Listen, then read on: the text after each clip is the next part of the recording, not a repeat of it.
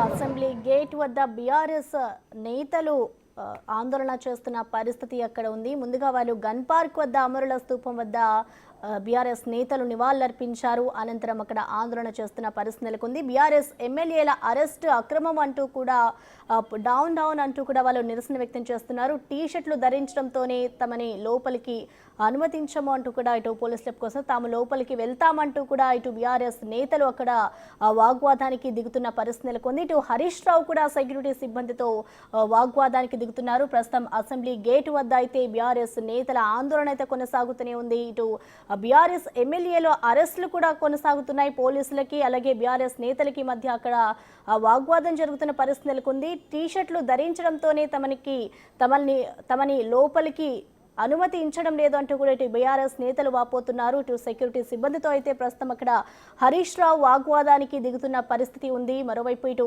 Assembly మరికొద్దిసేపట్లో assembly సమావేశాలు ప్రారంభం కానున్నాయి. ఈ సమావేశాలకి వెళ్ళి తాము పోరాటం చేస్తాము, మేము న్యాయానికి సంబంధించి ప్రతి ఒక్కటి కూడా గలమెత్తుతాము అంటూ కూడా ఇటు కేటీఆర్ చెప్పుకొచ్చారు. ఇక ప్రజా సమస్యలపై తాము అసెంబ్లీలో పోరాడతామంటూ కూడా కేసీఆర్ చెప్పారు. ఇక దీనికి సంబంధించి కూడా ఇటు ప్రస్తుతం అసెంబ్లీలోకి వెళ్లేందుకు కూడా వాళ్ళు ప్రయత్నం చేస్తున్నారు. కానీ అక్కడ పోలీసులకి వారికి మధ్య కొంచెం వాగ్వాదం చోటు చేసుకున్నట్టు తెలుస్తోంది. అటు సెక్యూరిటీ సిబ్బందితో అసెంబ్లీ గేట్ వద్ద ఇటు హరీష్ రావు అయితే ఆందోళన చేస్తున్న పరిస్థితి ఉంది.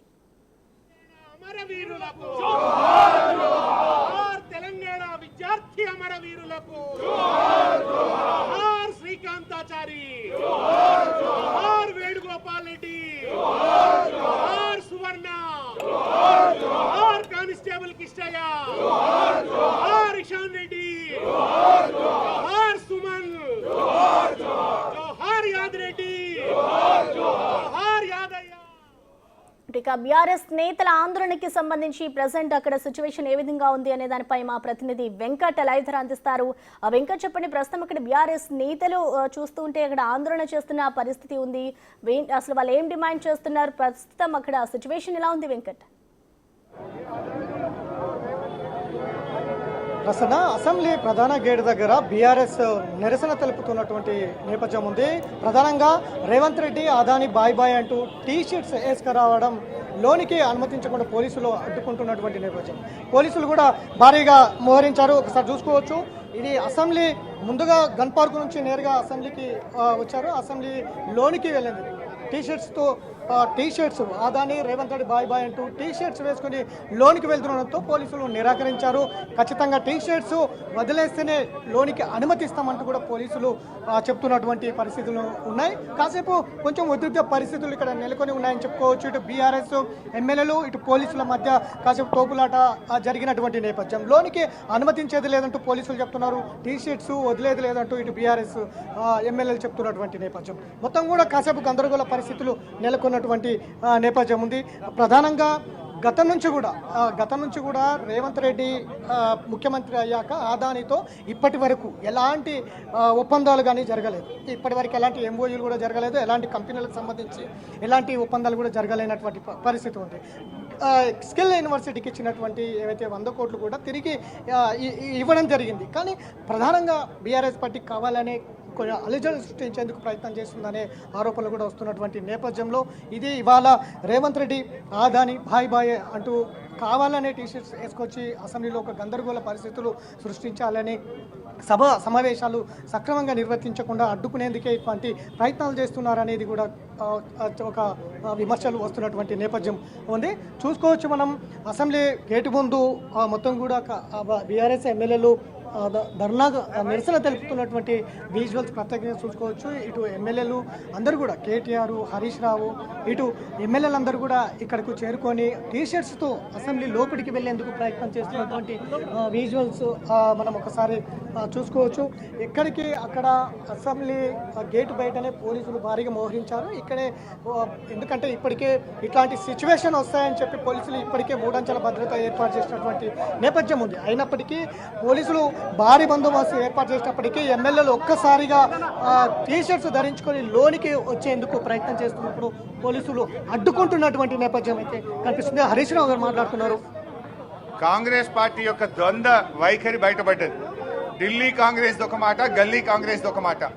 ఢిల్లీలో అదానీ బీజేపీల అక్రమ సంబంధాల మీద రాహుల్ గాంధీ ప్రియాంక గాంధీలు టీ షర్ట్లు వేసుకొని మాస్కులు వేసుకొని వాళ్ళేమో పార్లమెంట్లో పోయారు. అదే అదానీ రేవంత్ రెడ్డి అక్రమ సంబంధాల మీద వీళ్ళ యొక్క అవినీతి చీకటి ఒప్పందాల మీద ఎక్స్పోజ్ చేయడానికి మేము టీ షర్ట్ వేసుకొని వస్తే ఎందుకు మమ్మల్ని ఆపుతున్నారు అంటున్నా. అంటే గల్లీ కాంగ్రెస్ ఒక మాట, ఢిల్లీ కాంగ్రెస్ ఒక మాట. నేను రాహుల్ గాంధీ గారిని అడుగుతా ఉన్నా, రాహుల్ గాంధీ గారు మీరు అదానీ చోర్ హే అంటుండ్రు. అది నిజమైతే మీ ముఖ్యమంత్రి అదానీతోనే అలాయ్ బలాయ్ ఎట్లా చేస్తుండు? మీ ముఖ్యమంత్రి 12,000 కోట్ల రూపాయల అగ్రిమెంట్లు ఏ రకంగా చేస్తున్నాడు? మీ ముఖ్యమంత్రి అదానీ కోసం లగచర్లలో గిరిజన రైతుల భూములు అక్రమంగా గుంజుకొని ఇలా అదానికి అప్పజెప్పే ప్రయత్నం చేస్తున్నాడు. నల్లగొండలో కాలుష్య పరిశ్రమను తెచ్చి నల్లగొండ ప్రజల మీద కాలుష్యాన్ని నెత్తి మీద రుద్దే ప్రయత్నం మీ ముఖ్యమంత్రి అదానీ కోసం చేస్తున్నాడు. మరి రాహుల్ గాంధీ గారిని మేము అడుగుతా ఉన్నాం, నీ మాట కరెక్టా, నీ రేవంత్ రెడ్డి మాట కరెక్టా? గల్లీ కాంగ్రెస్ తో మాట, ఢిల్లీ కాంగ్రెస్ ఒక మాట ఉంటుందా? ఈ డబుల్ స్టాండర్డ్స్ విధానం ఏంది?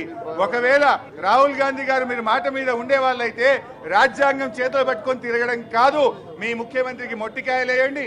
మీ ముఖ్యమంత్రి గారు చేసుకున్న ఒప్పందాలన్నీ కూడా రద్దు చేయండి. 100 కోట్ల రూపాయల చెక్కు వాపస్ ఇచ్చుడు కాదు, చేసుకున్న అగ్రిమెంట్లన్నీ వాపస్ చేయాలి. చీకటి ఒప్పందాలన్నీ బయట పెట్టాలని మేము కాంగ్రెస్ పార్టీని డిమాండ్ చేస్తున్నాం. ఎందుకు పోనీయరండి నాకు అర్థం కాదు. స్పీకర్ గారు ఏమన్నా కేవలం కాంగ్రెస్ పార్టీకి స్పీకరా? శాసనసభలో ఉన్న 119 మంది ఎమ్మెల్యేలకు స్పీకరు. ప్రధాన ప్రతిపక్షం లేకుండా అసెంబ్లీ నడుపుతారా? ఇది ఎంత సిగ్గుచేటు అని మేము అడుగుతా ఉన్నాం. స్పీకర్ గారిని మీ మీడియా ద్వారా విజ్ఞప్తి చేస్తున్నా, స్పీకర్ గారు దయచేసి పోలీసులకు మీరు ఆదేశాలు ఇవ్వండి, ప్రధాన ప్రతిపక్షాన్ని అసెంబ్లీలోకి తీసుకురండి. ఇది ఇవాళ కొత్త కాదండి. నేను 20 ఏళ్ల నుంచి ఎమ్మెల్యేగా ఉన్నాను.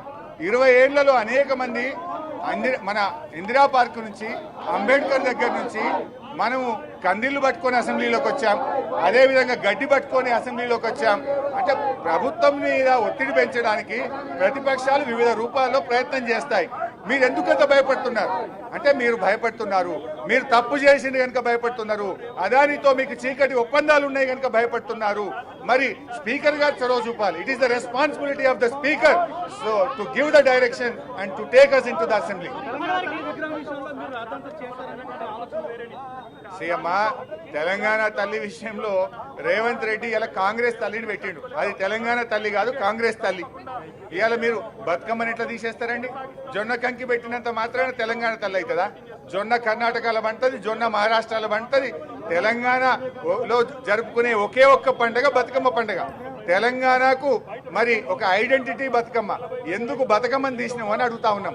బతుకమ్మని తీయడం అంటే తెలంగాణ అక్క చెల్లెలను అవమానపరచడం. బతుకమ్మను, గౌరమ్మను, ఆ బతుకమ్మలో ఉండే గౌరమ్మను తీసావే, ఇది యావత్ తెలంగాణ మహిళల్ని కించపరచడం. రేవంత్ రెడ్డి గారు, ఇవాళ నువ్వు కాంగ్రెస్ తల్లిని పెట్టినవు, నీ చెయ్యి గుర్తును ప్రచారం చేసుకునే ప్రయత్నం చేసినావు. నీకెవరైనా ఉద్యమాలు చేసిండ్రా? తెలంగాణ తల్లిని మార్చమని మీ మీద ఎవరైనా పోరాటం చేసిండ్రా? ఉద్యమాలు చేసిండ్రా? ఆ తల్లిని మార్చమని ఎవరైనా అడిగినరా? నువ్వు కేవలం కేసీఆర్ గారి మీద కుట్రతో చేస్తున్నావు. ఈ తెలంగాణ తల్లిని గతంలో చాలా చోట్ల పెట్టాం. అమరవీరుల స్తూపంలో బంగారు రంగంలో మెరిసేటువంటి కాంస్య విగ్రహాన్ని అమరుల స్మారక చిహ్నమైనటువంటి సెక్రటరియట్ ఎదురుగా ఉండే దాంట్లో కేసీఆర్ గారే తెలంగాణ తల్లిని పెట్టారు. సంగారెడ్డి జిల్లా కలెక్టరేట్ లో నేను తెలంగాణ తల్లిని పెట్టించి అధికారికంగా ప్రోగ్రాం చేశాం. తెలుగు ప్రపంచ మహాసభలు జరిగేటప్పుడు ఉపరాష్ట్రపతి వెంకయ్య నాయుడు గారి చేత తెలంగాణ తల్లికి పూలమాల వేశాం.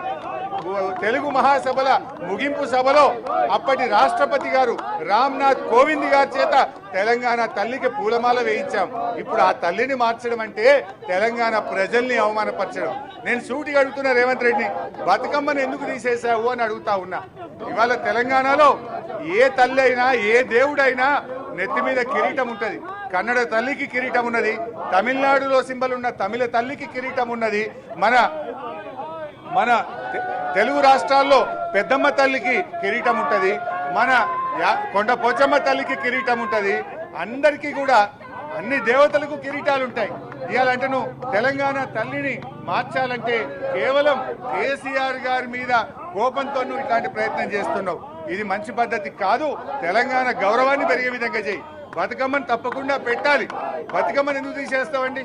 బతుకమ్మ అనేది ఇవాళ ప్రపంచ వ్యాప్తంగా మనకు ఐడెంటిటీ. ఆ తెలంగాణ తల్లి చేతిలో బతుకమ్మ ఉంటే ఎవరు చూసినా ప్రపంచంలో ఇది తెలంగాణ తల్లి అనే ఒక ఐడెంటిటీ ఉండే. ఇవాళ దాన్ని పొడగొట్టేటువంటి ప్రయత్నం చేస్తున్నాం. రాష్ట్రంలో ఇప్పటి వరకు ఎలాంటి ఆదానితో ఒప్పందాలు లేవు. సో ఇది పరిస్థితి.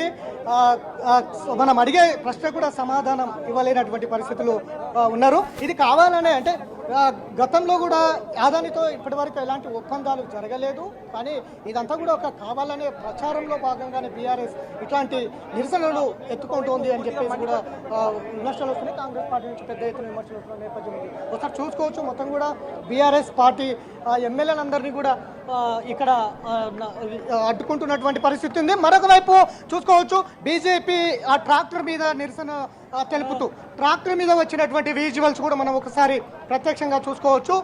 వీళ్ళు కూడా రైతులకు ఇచ్చిన హామీలు నెరవేర్చలేదంటూ వీళ్ళు వినూత్నంగా ట్రాక్టర్ మీద బీజేపీ ఎమ్మెల్యేలు ట్రాక్టర్ మీద వచ్చినటువంటి విజువల్స్ ఒకవైపు ఇటో ఉంది, మరొక వైపు బీఆర్ఎస్ శ్రేణులందరూ కూడా ఒకవైపు ఆదాని రేవంత్ అంటూ ఒకవైపు నిరసనలు, మరొక వైపు బీజేపీ రైతులకు ఇచ్చిన హామీలను అమలు చేయడంలో విఫలమైందంటూ మరోవైపు బీజేపీ వినూత్నంగా ట్రాక్టర్ మీద వచ్చినటువంటి నేపథ్యం. ఒకసారి ఆ ఫ్లోర్ లీడర్ అంటే డిప్యూటీ ఫ్లోర్ లీడర్గా బీజేపీ ఫ్లోర్ లీడర్గా ఉన్నారు, ఆయన ఒకసారి మాట్లాడుతున్నారు. శాసనసభ్యులం ఈ రోజు ట్రాక్టర్ మీద అసెంబ్లీకి రావడం జరిగింది.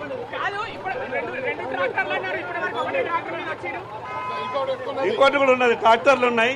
రైతు సమస్యల మీద చర్చ జరగాల. శాసనసభలో ఈ రోజు రైతులు ఈ తెలంగాణ రాష్ట్రంలో రైతులు ఎదుర్కొంటున్నటువంటి సమస్యల మీద చర్చ జరగాలన్న ఆలోచనతోనే ఈ రోజు భారతీయ జనతా పార్టీ శాసనసభ్యులం ట్రాక్టర్ మీద అసెంబ్లీకి రావడం జరిగింది. ఈ ఆలోచన చాలా బాగుంది. అంటే దీని వెనుకల అంటే రైతులను బాగానే మోసం చేసి ఫిక్స్ అయ్యారా మీరు?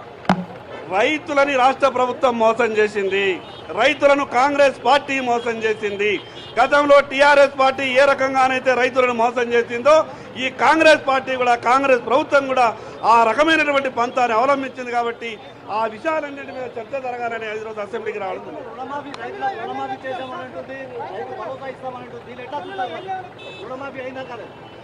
రాష్ట్రంలో రైతులకు రుణమాఫీ పూర్తి స్థాయిలో జరగలేదు. 2 లక్షల రూపాయలు ఇప్పటి వరకు ఇవ్వలేదు. 2 లక్షల రూపాయలు బాకీ ఉన్నటువంటి ఏ ఒక్క రైతు కూడా రుణమాఫీ జరగలేదు. పంటల బీమా పథకం రాలేదు. రైతు భరోసా రూపాయి విడుదల కాలేదు. ఈ అన్ని విషయాల మీద అసెంబ్లీలో చర్చ జరగాలన్న ఆలోచనతోనే ఈరోజు ట్రాక్టర్ మీద శాసనసభకు రావడం జరిగింది. మొత్తం మీద ఇటు బీజేపీ వినూత్నంగా ట్రాక్టర్ల మీద నిరసన తెలుపుతూ రైతులకు ఇచ్చిన హామీలు అమలు చేయడంలో ప్రభుత్వం విఫలమైందంటూ అసెంబ్లీకి వచ్చారు. ఇక మరోవైపు బీఆర్ఎస్ ఎమ్మెల్యేలు కూడా అటువైపు రేవంత్ వర్సెస్ ఆదాని, ఢిల్లీలో కుస్తీ, రాష్ట్రంలో దోస్తీ అంటూ వినూత్నంగా వాళ్ళు కూడా చేస్తున్నటువంటి పరిస్థితి. మొత్తం మీద ఇటు అసెంబ్లీ ప్రాంగణం అంటే అసెంబ్లీ మెయిన్ రోడ్ పైన మొత్తం కూడా గందరగోళ పరిస్థితులు, ఇటు పోలీసులు, ఇటు బీజేపీ ఎమ్మెల్యేలు, అటు బీఆర్ఎస్ ఎమ్మెల్యేలు వర్సెస్ ఇట్లా మొత్తం కూడా ఒక ఉద్రిక్త పరిస్థితులు అయితే నెలకొని ఉన్నాయి. పోలీసులు ఇప్పటికే భారీ బందోబస్తు చేశారు, మార్షల్స్ కూడా బయటకు వచ్చారు. వీళ్ళందరినీ అదుపులో తీసుకునేందుకు ఖచ్చితంగా బీఆర్ఎస్ నేతలు టీ షర్ట్స్ కనుక తొలగించి లోనికి రావాలి అనేది వాళ్ళు చెప్తున్నటువంటి మాట. ఇటు లేదు ఖచ్చితంగా చేసుకునే తీర్థం అంటూ కూడా మరొక వైపు చేస్తున్నటువంటి నేపథ్యం. ఒకవైపు బీజేపీ వర్సెస్ బీఆర్ఎస్ రెండు కూడా కలిసి ఇట్లాంటి ఒక అలజడులు సృష్టించేందుకు నిరసనలు ప్లాన్ చేసుకుని వచ్చాయా అనేది కూడా తెలియాల్సి ఉంది. మనం ప్రత్యక్షంగా చూసుకోవచ్చు, ఇద్దరు ఒకవైపు బీఆర్ఎస్ నిరసన తెలుపుతుంది, మరోవైపు బీజేపీ కూడా వినూత్నంగా ట్రాక్టర్ల మీద ఎమ్మెల్యేలు రావడం. అంటే ఏం జరుగుతోంది అసలు? అసెంబ్లీలో చర్చలు, అసెంబ్లీ సమావేశాలు సజావుగా సాగించేందుకు ఇదందరూ కావాలని అలజడులు సృష్టిస్తున్నారా అనేది కూడా విమర్శలు వస్తున్నటువంటి నేపథ్యం అయితే ఉంది. మొత్తం మీద అసెంబ్లీ ప్రాంగణం మొత్తం కూడా కాసేపు తోపులాట జరిగింది. పోలీసులకు, ఇటు బీఆర్ఎస్ ఎమ్మెల్యేలకు ఉద్రిక్త పరిస్థితులు నెలకొని ఉన్నాయి. పోలీసులు అదుపులో తీసుకునేందుకైతే ప్రయత్నం చేస్తున్నారు. Prasanna, thank you Venkat.